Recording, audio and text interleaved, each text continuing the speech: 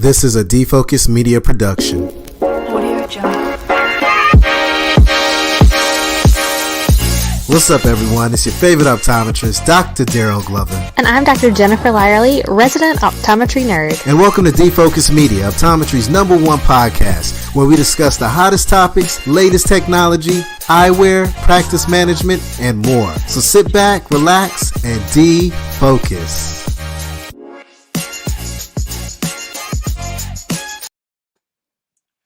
What's up, everyone? It's your favorite optometrist, Dr. Darryl Glover, and welcome to Defocus Media, optometry's #1 podcast. Today, we have a very special show in store for you, and today we have an amazing guest that has really made an impact in eye care, that's really made changes through the industry, that has really left a lasting impression. Friends and family, I'd like to welcome my colleague, my friend, my buddy, my pal, my game changer, the famous Ric Peralta. How are you doing today, my friend? Hey there, Dr. Glover. That was like a spectacular intro. Thank you so much. I am doing great, and especially here live with you. This is that much better. Man, I appreciate you taking time out of your busy schedule to chat with me. I know we're on different coasts. I'm the East Coast, you're West Coast. So, this is a little inconvenient because you're in the middle of saving eyes, right? But I really appreciate you taking time to chat with me today, man. Oh, absolutely my pleasure. I'm glad we were able to make this happen. Yeah, well, I always like to start the show off with just giving an introduction. I know who you are. I know you as the Optical Jedi, and I know all the amazing things that you do in the eye care industry. But if you don't mind just sharing with the guests, our colleagues, our eye care family out there, where you're from, how you got into eye care, where you practice. Let's get a little rundown of who the Optical Jedi is, if you don't mind, Ric. Absolutely. So, yeah, I've been in and around eye care, feels like as long as I can remember. I actually came into this field when I was still in high school. My mother was that legally blind minus 1250 with the 2 sill, like the worst eyes you could deal with, right? Especially going back to 30 plus years ago.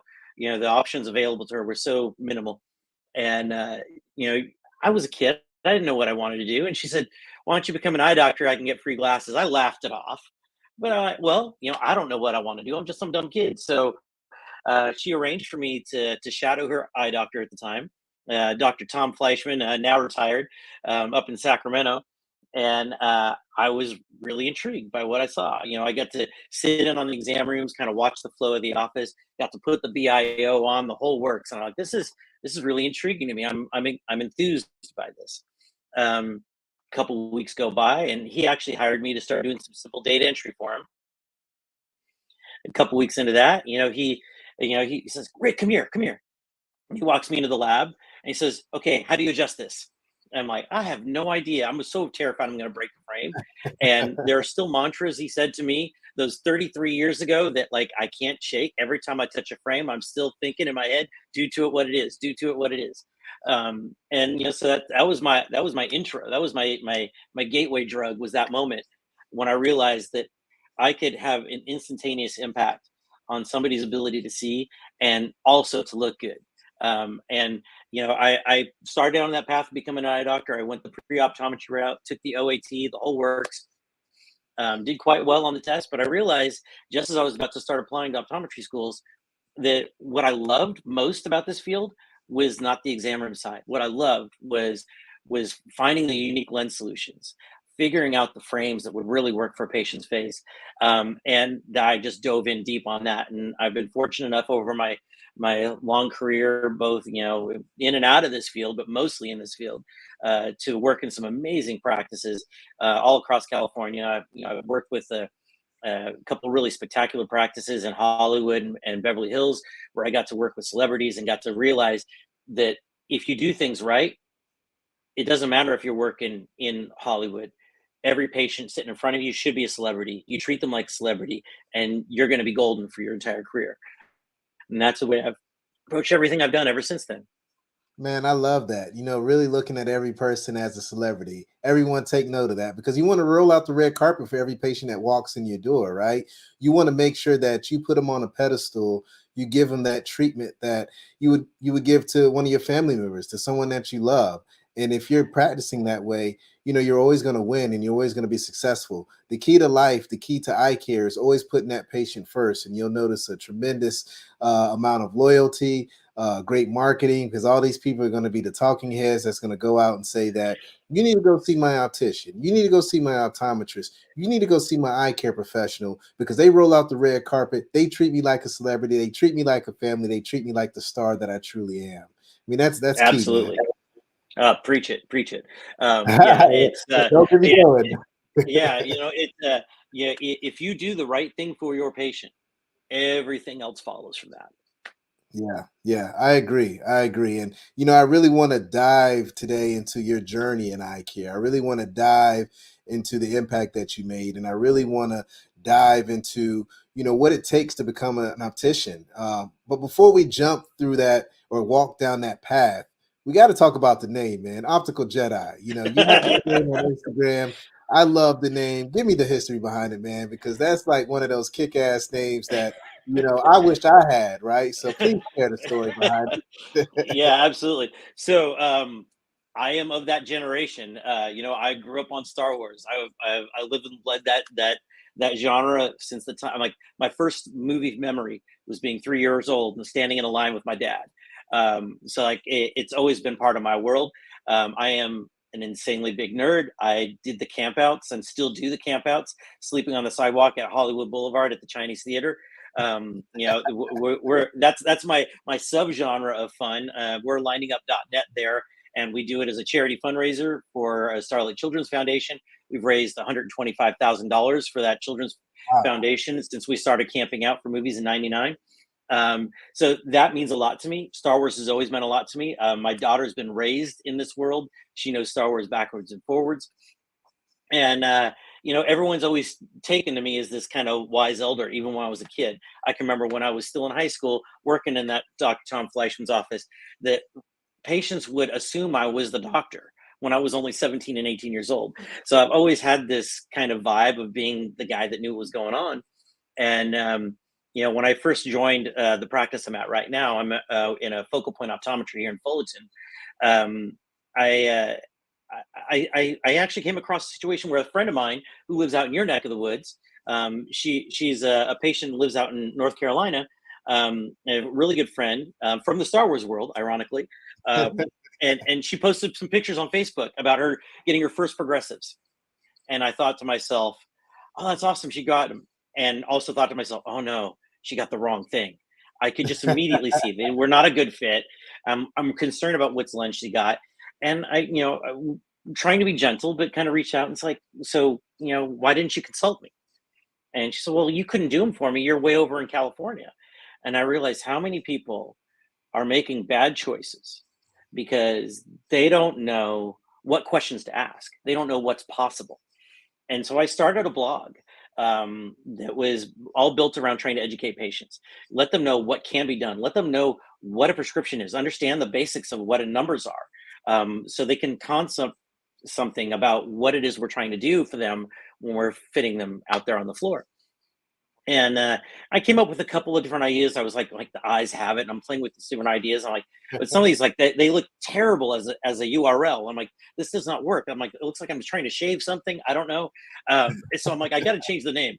And like everyone was already calling me the Jedi. And I'm like, there it is. I'm just the optical Jedi. That's where I go with it. And until Lucasfilm comes after me, that's going to be the name that I use. But yeah, I've got an exceptional friend who's a great tattoo artist, who does actually Lucasfilm licensed tattoo artist. And I had this idea for ink, and he's like, I told him what I wanted to do, and he came up with it for me. And you can see here, I've got the nice man. 250 ad on that mascot. Oh man, that is nice, he did man. Let's hone in on that again, man. I'm gonna blow you up on the big screen so everybody can get a shot there. Oh man, that's committed right there, my friend. I love it. Like I said, I live and bleed eyewear, right? But he did such a spectacular job of designing this for me, and I'm like, this is so gorgeous that like it just became my brand. I'm using this logo on everything. It's, when I do consulting, I even like send out little little stickers and keychains and whatnot. Just like, hey, you've graduated from my course. You've gone through the temple. You come out of that as a Padawan. You're a Jedi. And that I've done the whole thing. I've gone deep dive on it. But yeah, so it's been fun for me because then it's crazy to me because I already had tons of respect for my patients.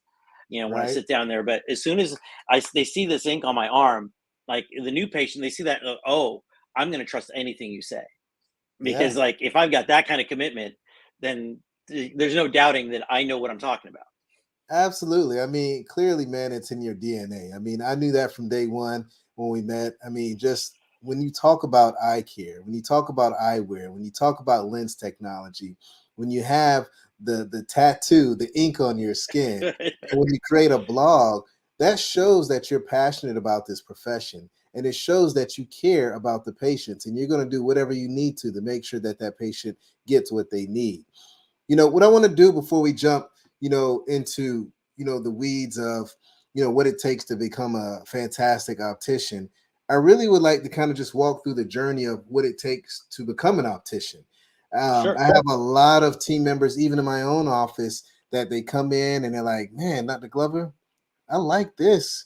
I like selling glasses. I like lens technology. I like having that one-on-one conversation with that person in front of me and making an impact and changing their life. For all those folks out there that may want to jump into the world and become an optician, what are the steps that they have to take? If you don't mind maybe walking us through that path and that journey, that'll be fantastic, man. Yeah, absolutely. So I think first and foremost, the thing that's important to understand is that there is no one path.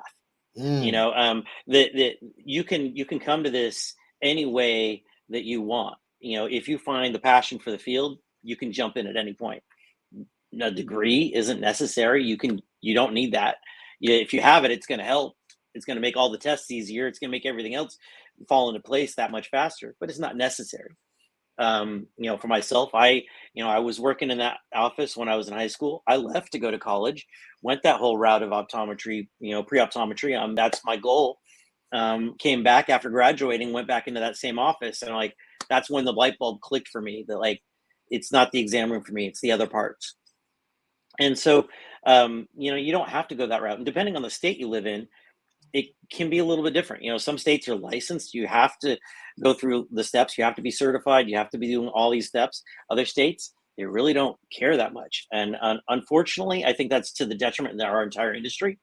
You don't like to point fingers at any particular element of our industry. We're all part of a team, but at yep. the same time, I think that there's a certain element of over the last 30 to 40 years, we've been treated too retail, and people started to think of us as salespeople rather than eyewear professionals, eye care professionals, and I think that's been to the detriment of the entire industry. When the optician is truly an optician, somebody that is dedicated to this world as a career and is truly a professional that is looking out for the patient's best interests, then everything elevates at that point. And that's the most important thing for me. Now, like again, here in California, licensing is not required. Certification is not required. I worked in this field for almost 30 years before I got my certification because I was like, I don't need it.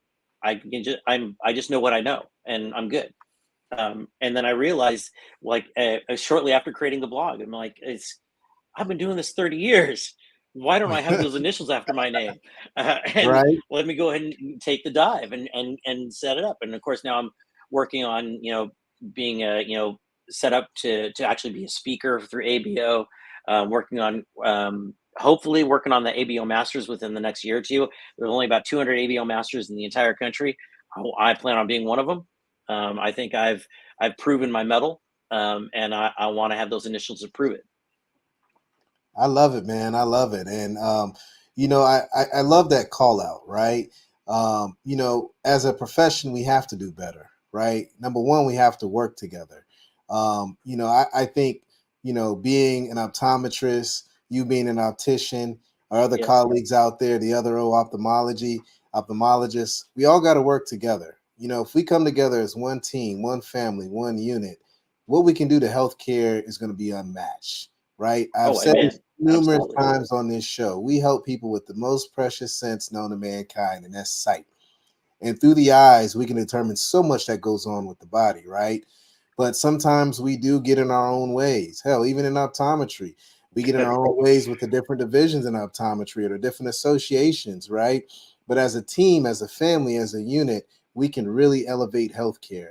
And that's a call out to everyone out there. Ask yourself, what are you doing to elevate eye care? What are you doing in your sector, your section, your division, your group? What are you doing to elevate it? What are you doing to partner with everyone that's a part of this profession?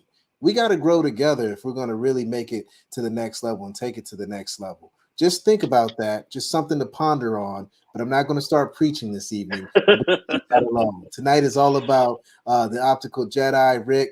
And Ric, something that I really want to talk about with you today is how important is it when it comes to partnerships, right? I just mentioned ophthalmologists, optometrists. How important is that relationship? I know in my office with my eyewear consultants, with my opticians, I take that seriously. I know I want to set them up for success because what I Absolutely. prescribe is truly a solution for that patient that's sitting in front of me.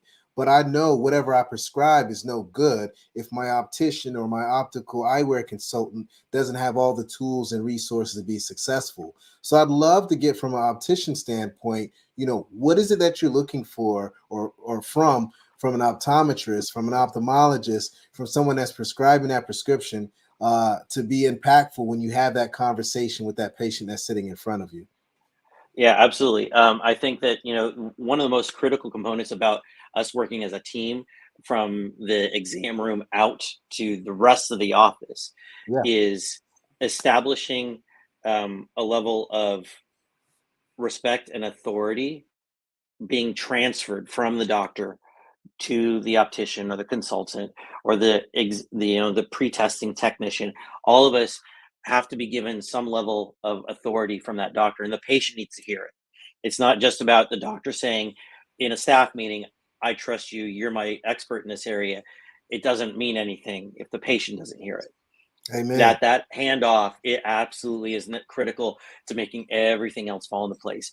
That you could give the most perfect prescription, you could give the most perfect recommendations, but if it's not tied into two critical things, one, directly tying into a specific need that the patient has mentioned in the chair, and then repeating that to your optician, and then also saying, as you hand that chart over, now this is Ric, he is my expert on lenses, and he's going to help find expert on lenses and frames, and he's going to be the one that's going to help style you from here forward.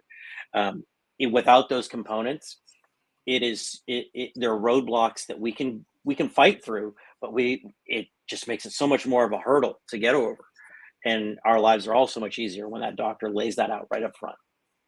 Amen. I love everything that you stated, and I love the part about calling out the optician's name, right? Um, giving that power, that authority that you mentioned, because we're one team, right? Like if we're not on the Amen. same page, then it's going to be difficult to get the patient on the same page, right? We have to align and be on the same page, and when it comes to being on the same page that really revolves around language, in my personal opinion, right? When I'm in that back room and I'm talking to patients, I need to use the same language, the same verbiage as what my optician is using.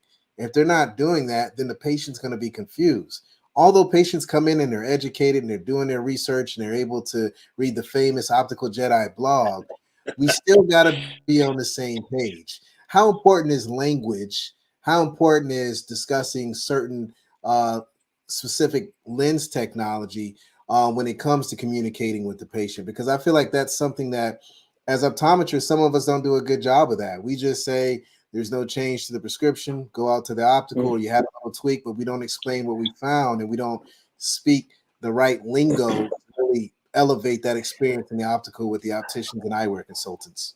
I don't know if there is much more that is a pet peeve for me than when I walk in that room and the doctor says in front of the patient, "There's no real change this year." That just cracks my head open and like lava flows out the top. Because it doesn't matter if there's no change. There are still needs that need to be met. It's Yeah. not just about power, it's about design.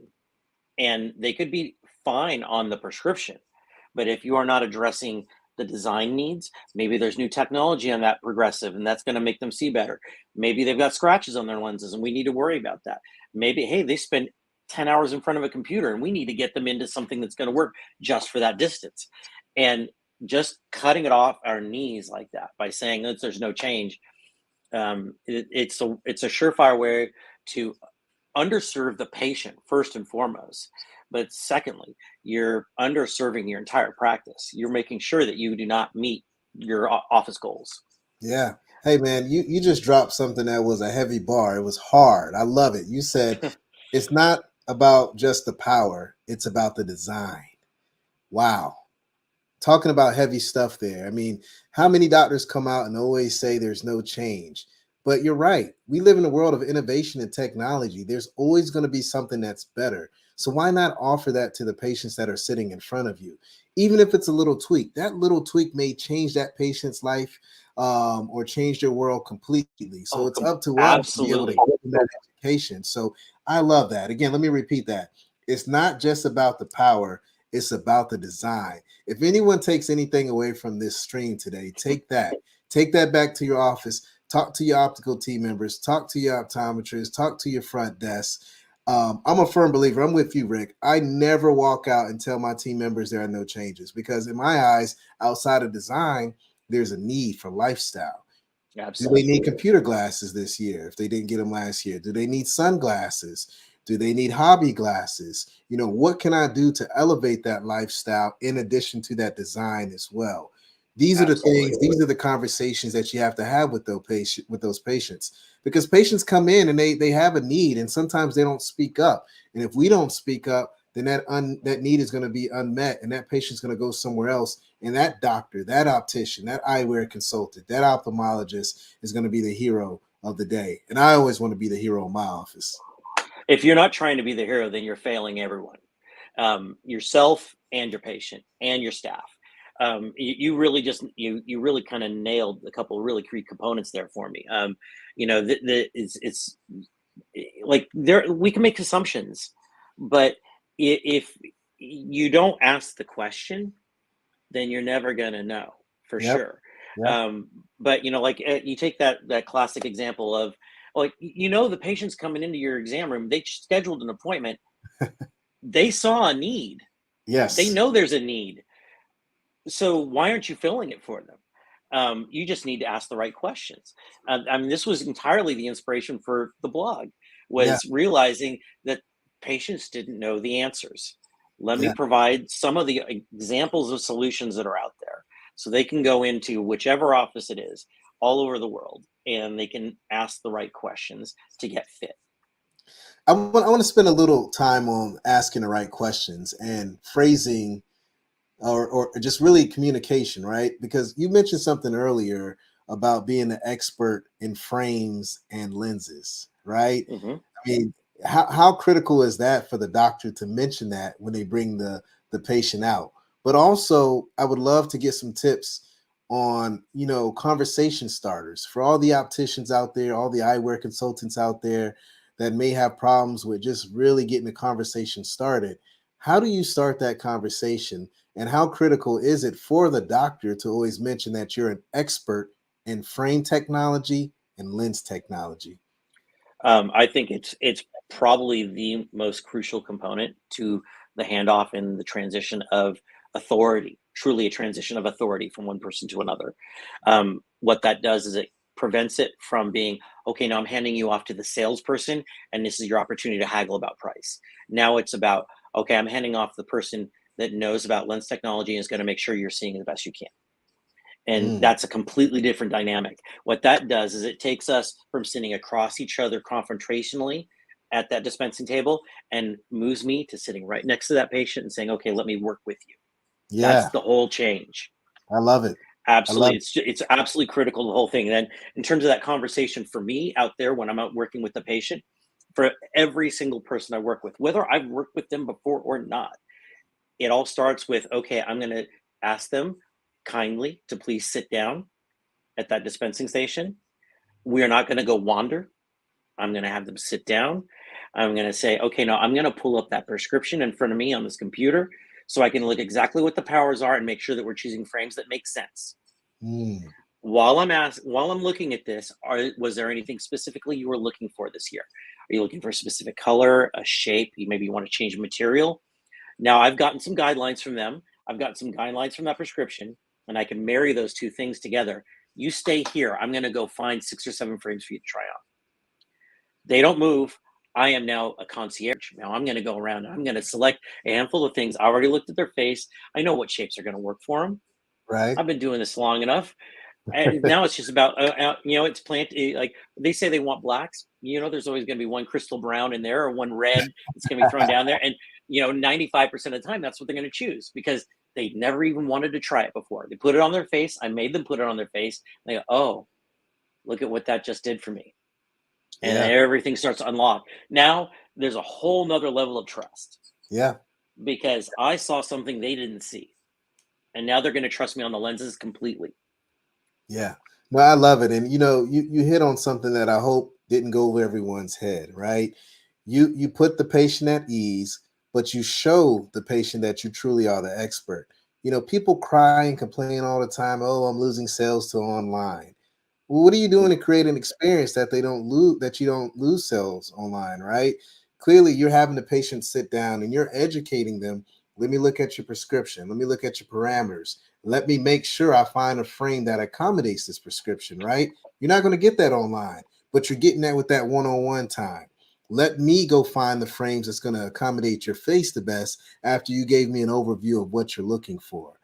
That customization, that one-on-one time, that personalization, that's next level stuff. You can't get that online. And when you Absolutely. sit down and you invest the time in doing that, when you sit down and you understand that patient that's sitting in front of you, that's what happens, or that's how great practices go to the next level, right? Or practices in general go to the next level because of that personal connection and that personal touch that you create. I love that, Rick. I think that is phenomenal. And I think we need to do more of that as colleagues out there, right? This is another call out. What are you doing to take it to the next level? Are you really having that conversation? Are you putting the patient down and letting them know that you're going to do all the work? Or are you making them work and walk around the office and pull 1,000,001 frames and eat up time and they pull out something that's going to work for them, right? Absolutely, and I think that we can take this one step further in this entire conversation. Yeah, Is let's that take. it's this entire industry, especially in private practice, can get really tied up in this idea of, oh, I got to have turn rate. I got to get the patients through. I don't want them to sit for too long. I actually was involved in one of my Beverly Hills practices in studying wait times and what that did to the impact of dollars generated by each patient. And it's not about how long they're in the office at all. It's Okay. about how long they wait between being served. If Mm, they're sitting waiting in the exam room and not being seen, that kills your numbers. But they could spend 3 hours in the optical and it won't matter to them. The key is that you want to be making them the celebrity, the star of the show.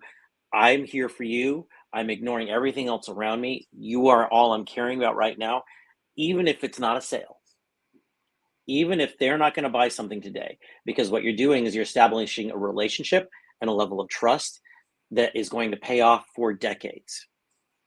And if you don't do that up front, then you're going to make sure that that's a person that's going to say, I'll take that prescription, and they're going to go buy online. You're never going to see them again. yeah. Oh man, I love it. I mean, everything you're saying is music to my ears. I mean, this is how I And this practice. is why I'm starting to consult, because it's like I realized that, and I stumbled upon this. I didn't see it coming, honestly. I should have maybe, but I didn't see it coming. Was that there is such a demand for? I mean, we know there's been turnover issues in this industry. There Yeah, always has been, but it's become that much worse with the pandemic. And you can create a level of enthusiasm and excitement amongst the team once they start to think about themselves as professionals. And as soon as you start to establish these, this is how you treat the staff as a professional in front of the patient. That staff's going to become a professional in front of the patient, yeah. and everything else follows after that. So I know earlier you mentioned, it's very important for the doctor to be a partner. You mentioned that it's very important for the doctor to mention that you're an expert and you're an expert in frame and lens technology. Hmm. You got the whole world listening to you in eye care. This is optometry's number one podcast. What other things would you like for us as optometrists to do better? I mean, feel free, say it, because we're here and we're here to listen, and we want to make sure that the partnership that we have with our eye care, or excuse me, our opticians and our eyewear consultants is golden. What else can we do better? I mean, we're all ears. Yeah, well, honestly, I think that, I know that again, this kind of ties into the turnover rates and whatnot, but I do think that there's a real critical component is I think across the entire industry, in every office, well, almost every office I've worked in, there is a tendency of doctors who are trained as doctors. They're going to a school to learn about being a doctor. They're not going to a school to learn how to be a business owner, Mm, and that breakdown in level of awareness on those two categories can create lots of internal conflicts in offices. That can create a lot of the turnover issues. Is if you don't if you go in kind of assuming that your staff is trying to screw you in some way, right. then that's what you're going to get. Yeah. You draw what you give out. Gotcha. And if you give out a level of, okay, I hired you to be my expert in this area, I'm just going to let you do it. Now, I'm not going to tell you which lens to choose because you know better than I do. That's going to work much better than saying, okay, we're only selling Varilex X now. Why? If you just say this is what we're doing and you don't give me a reason that's based on patient need, then I'm already checking out and I'm Yeah. already looking for another job, because I'm like, this is not a place that respects me. But if Gotcha. instead you say, okay, I know you've been doing this for a little bit of time. I know you've found some things about different lens designs. What's your opinion? That's a whole nother conversation. And now we're partners. Yeah, I like that. And shout out to Esler. I mean, that Verilux X is a hell of a lens, I must say. Yeah, But absolutely. I'm not ragging on it at all. I wear them all the time, but right, right. it's the only product out there. No, That's the no, thing, I understand where you're going with this, and it's autonomy, right? You want to be able to have the freedom to give that patient exactly what they need to accommodate the problem that they have. And as a doctor, we have to find the solution and educate them on what's going to be the best. But being that you're the expert in that field, it's up to you to connect the dots and make that patient be able to live their best life, right? So I'm with you Absolutely. 100% in regards to that. I mean, what I'm hearing, Rick, is in order to really make that doctor optical handoff powerful, number one, the doctor really needs to make sure that the patient understands that you're a team and that you're an expert and that you're expert in Mhm. frame technology and lens technology, but also that doctor needs to be able to give you the autonomy to choose the best lens option to accommodate that patient's lifestyle. Is that what I'm Absolutely. hearing, That's Rick? absolutely. It always rubs me when a doctor hands me and says, "Okay, give this patient, Shamir or Verilux or whatever it is." That could be the best option, but it may Yeah, not be.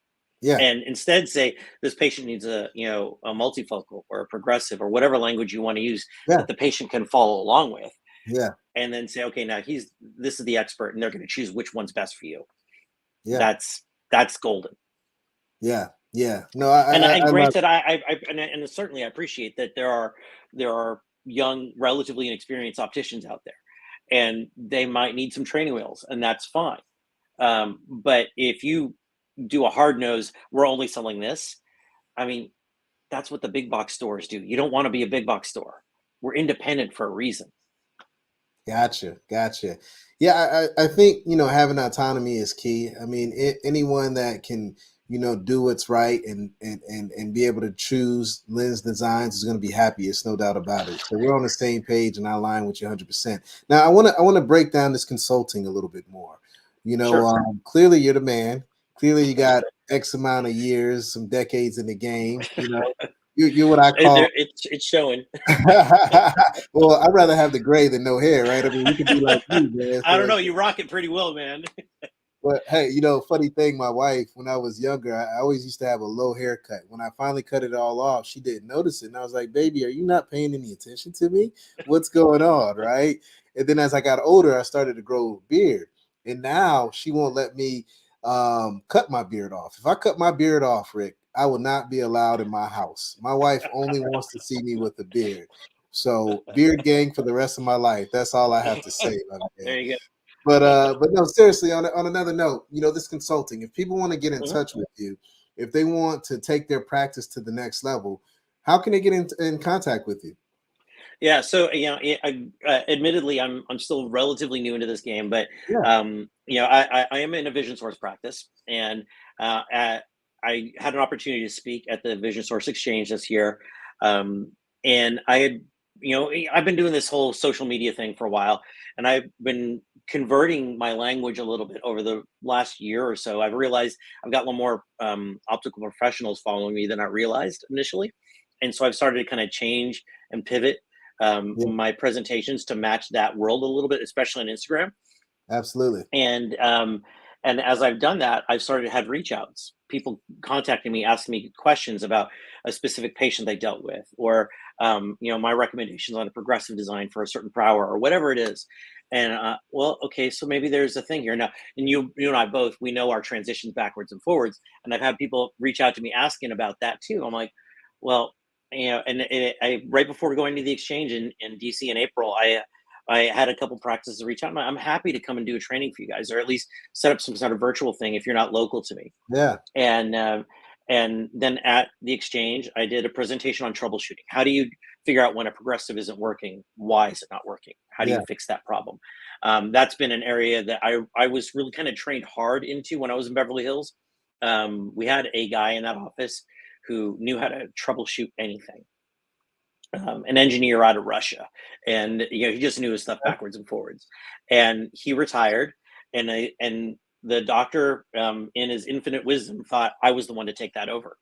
And so I was thrown into the weeds. It's like I had a patient sit down in front of me that had like 13 base out OU with like 3 base vertical as well, and I'm like, and she can't see him. Okay, I've got to try to figure out why this isn't working. This doesn't go to the doctor; it goes to me. right. And like, okay, I've been thrown in the weeds, but it forced me to go in that deep pool and realize, hey, this is something I can troubleshoot. It's just, okay, try one step, it doesn't work. Let's try the opposite step. Does that work? And you start working through a tree. And so I developed a troubleshooting mechanism, and I taught on that, and I had such a positive response from that. I was flabbergasted. Like, people were literally coming up and asking for photos with me afterwards. I'm like, Oh wow. what's going on here? And and I okay, so maybe I actually have a thing here. And then not too long after that, a couple of the attendees like sending me out messages asking me questions, and I respond. I said, well, just so you're aware, because of kind of how things happen in DC, I've started to develop this consult. Absolutely, sign me up. And so I've got like maybe about a half dozen offices that are all lined up for virtuals. I have one office locally that I'm doing stuff a little bit more intimately with. I can take you from figuring out what frame lines make sense to your practice for your patient demographics, Yeah, to or profitability, whatever your concerns are. So the layout of that dispensing space, I helped to design the space in Beverly Hills, so I nice. kind of have an idea on how to really make a flow work, how you can highlight different lines based on that flow. Yeah, And I've touched every industry in every aspect of this industry in 30 years, so I've got a little bit of knowledge about everything. I kind of created this module program, I guess you could say, that you can opt in for 1 module, 2 modules, 6 modules, whichever you want to go for. Obviously, deeper discounts the more you choose. And then I prefer not to do it as a single day thing.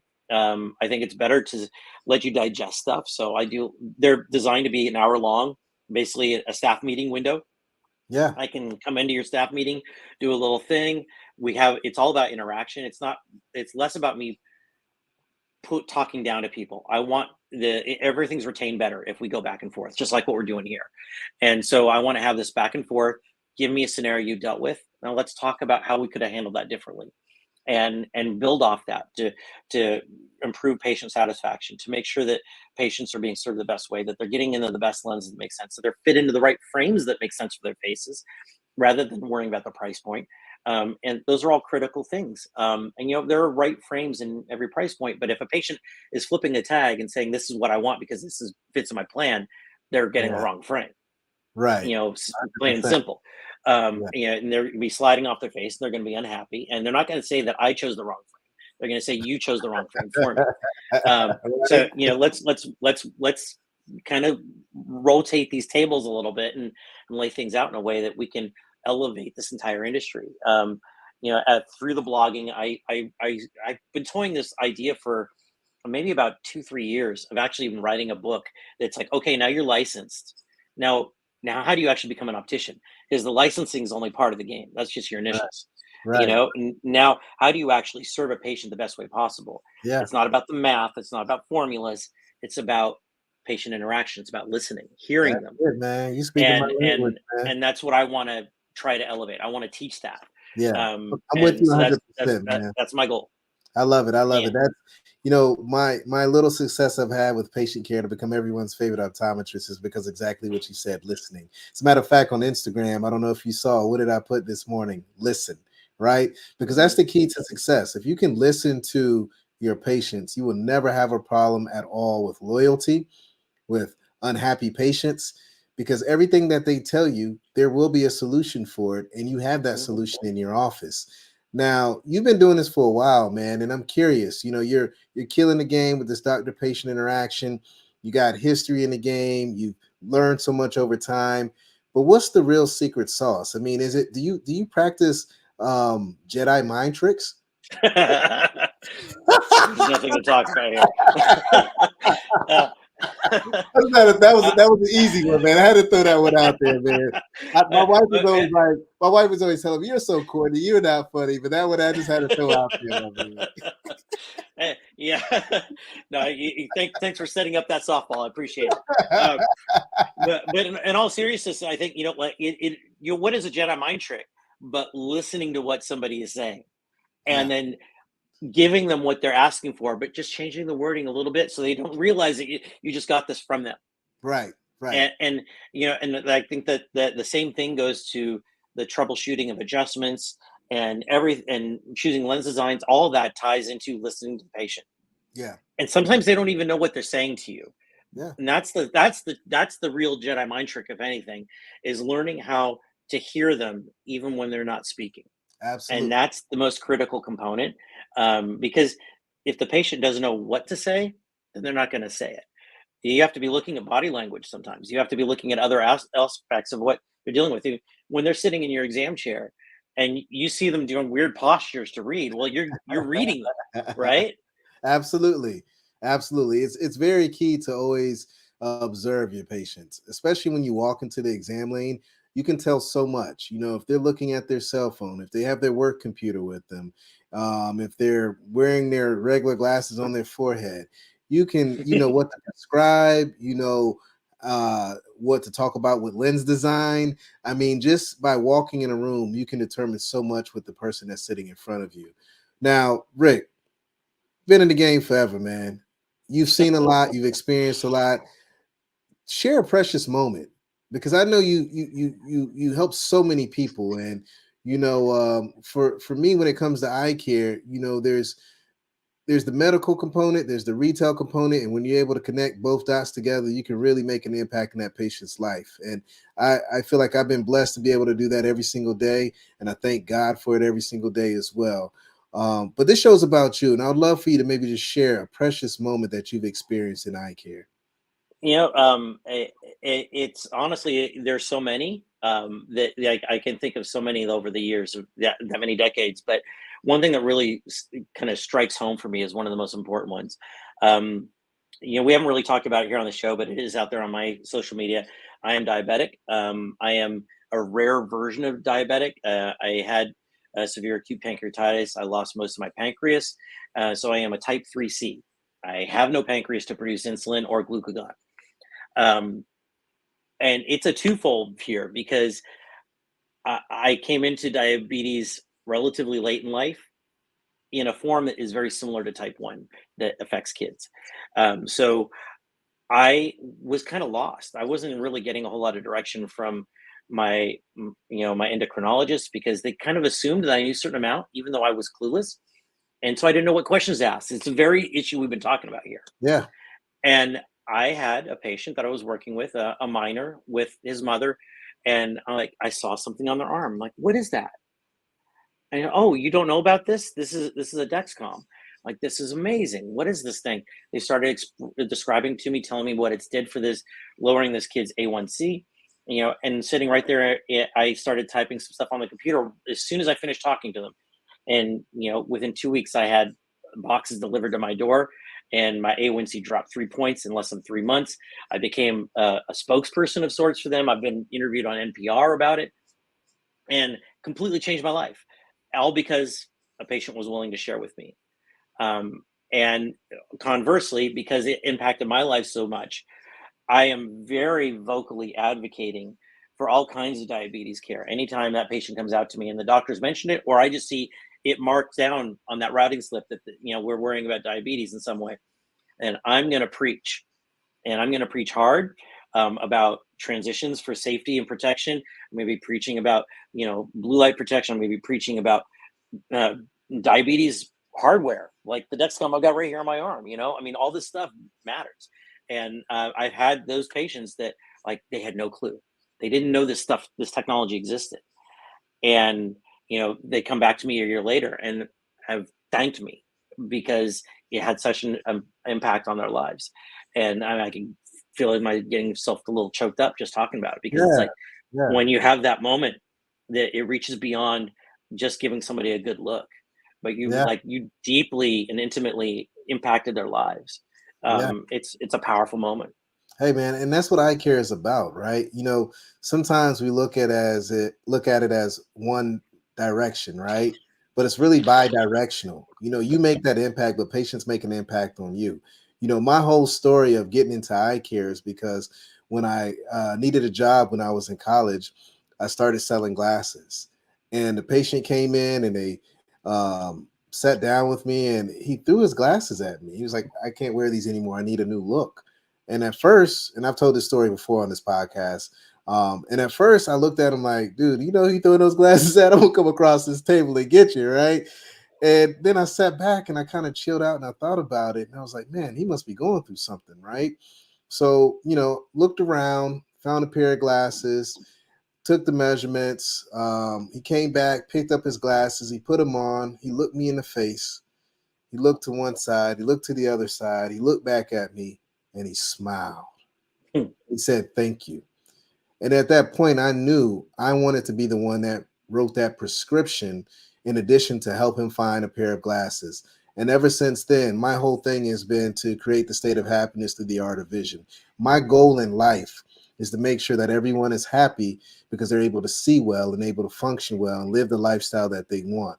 So to your point, that patient changed my life and made me the man that I am today, and gave me the opportunity to be able to put food on the table for my family and make an impact day in and day out. And that's what I want to do for the industry. That's what I want to do for the world, is create happiness. And that's why I'm all about teamwork makes the dream work, saying that eye care is a big family, from opticians to optometrists to ophthalmologists. As eye care professionals, we have to work together as a team and to grow this industry, and again, to make a big impact in healthcare. So I'm with you 100%. And I really appreciate you sharing that story, because you didn't have to, right? You could have kept that private. Medical conditions, is things that's very private. I mean, we got HIPAA. We don't talk about that because not everybody wants to know that. But you sharing that story, Rick, is going to touch someone out there. And anyone out there that wants to share their story, I'd love for you to come on the show.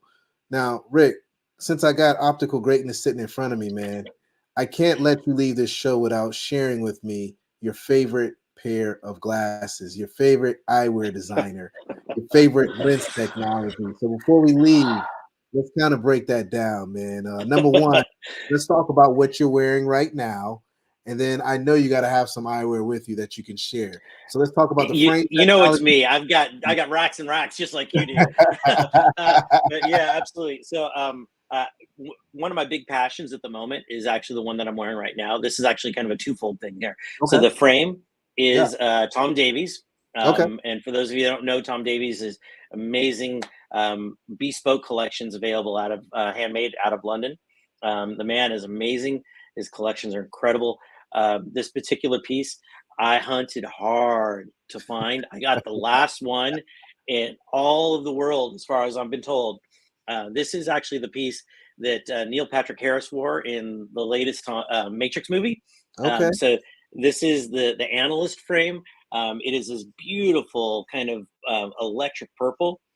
Yeah. Absolutely love this frame. It just lights up when you're outside. And I'm wearing NeuroLenses in here. I am a big believer in the NeuroLens technology. Absolutely love this stuff. This is a NeuroLens office lens. It's not the only thing I love. It's the only thing I'm passionate about, just like you said. So I'm gonna do a little switch here, Yeah. Yeah. For and sure. thankfully, I'm not completely blind, so I can see what I'm doing here. But there's a local brand I have that most people probably have not heard of. It's a relatively small collection, Yeah. That's but it. I absolutely love this stuff. The brand is called Mask, and believe it or not, it was launched before the pandemic. It's MASQ. It was started here in Southern California in Yorba Linda. The Yeah. shapes are relatively simple, very easy to wear though, and they're just gorgeous colors of acetate. So this is a beautiful man's frame called Danny, but it is in this gorgeous red wine Oh yeah. color, and it comes in this beautiful deep peacock green, great crystals. You know, it's just like the colors are outstanding. What's really cool about this collection, it is a frame. Yeah, it is independent. It is local, at least to Southern California, and it is available nationwide. On top of that, they're designed to directly impact against those online sales you're so deeply worried about. This brand also includes lenses, if you wish, just bundled in right into the frame price. So you can do progressives, you can do single vision, you can do it with transitions, you can do it clear. They always come AR, poly, aspheric, and then you add on to that if you want to. It's Yeah. just a really beautiful way of comboing things. So I really love this stuff, but it's not my only one. We're gonna move on to another one. You Hey know me Rick. in color. Yeah. Something I wanted to touch on, man. We were talking about hair earlier, me not having any and you having gray, right? The one thing about having gray hair is that you can wear a lot of color frames and they'll pop quite a bit, man. So you got me thinking about letting all my grays grow in, man, so I can add a little more color, a little more flavor to my frame collection. It does allow certain pops, but man, I'll tell you, some colors really clash with it, so you got to be careful. So this is probably the lightest frame that I own right now. This is an ore green. The model is called Bryce. It is in this really beautiful kind of almost like a forest Yeah. green. I just love this update on the classic aviator with a single bar instead of the double. Is that a matte It's nice. finish, Rick? It is, yeah, it's a matte finish. These ore greens are they're made in Copenhagen, or they're designed in Copenhagen, but they're all manufactured in Japan. And it's an incredible process on their design. Pure titanium. It takes about 7 months to make each individual frame. Their processing is insane. They use like 7 factories in one little village in southern Japan that used to make samurai swords, and you can see it in the craftsmanship. They're just stunning. Wow. And I do have this paired with a NeuroLens lens in with an amber transitions. Of course, all of these have transitions because hey, um, I may have been only a finalist for brand ambassador, but I'm gonna get that brand ambassador before we're all done. I hear you, man. I hear you, man. And shout out to Yeah, all our folks over at Transitions. They have done an incredible absolutely. Yeah, job. Just really love the definitely, brand, love the technology, and they have it together. And absolutely. I've always been a fan, or I should say, I've been a fan since I learned more about them. And if you're not, really leveraging transitions in your practice, learn about it. Because I was once naive. I didn't realize Hmm. how great the technology was. I thought it was for And old how folks. versatile it is. How versatile Yeah, it is. There's yeah, so many ways you can use it. yeah. Now all my Access classes that have whole it. portfolio and take advantage. Yeah, 100%, 100%. Well, hey man, this has been fantastic, man. I really appreciate you taking time out of your busy schedule today, Rick, to have this conversation with me and to share your story. Not just professionally, but also personally. And I definitely want to get you back on the show at a later date. I got this segment called Top 5 Eyewear, and I'd love to explore more of some of your favorite designs and lens technology. So we're going to bring you back, man. But for everyone out there listening, and you need help in your optical and you need that consultant, reach out to Ric. He's on Instagram, Optical Jedi. Hit him up. He can definitely give you all the answers to make your life easier, to create more loyalty into your practice, to make that partnership between the optometrist and the optician or the optical consultant better. Just got to reach out. And again, you can hit him up online. I just want to thank everyone for tuning in this evening. Ric, thank you again. For everyone out there in the eye care world, stay healthy, stay positive, stay blessed. And until next time, peace. Have a great one. All right, colleagues, and it's a wrap. Thank you dearly for hanging out with the D-Focus Media team. We hope truly something resonated with you. And if it did, be sure to give us 5 stars and make sure you follow us on all social media platforms: Facebook, Instagram, Twitter, LinkedIn, you named it. And our handle is at D-Focus Media on all platforms. And until next time, be sure to keep it 2020, and we look forward to seeing you on the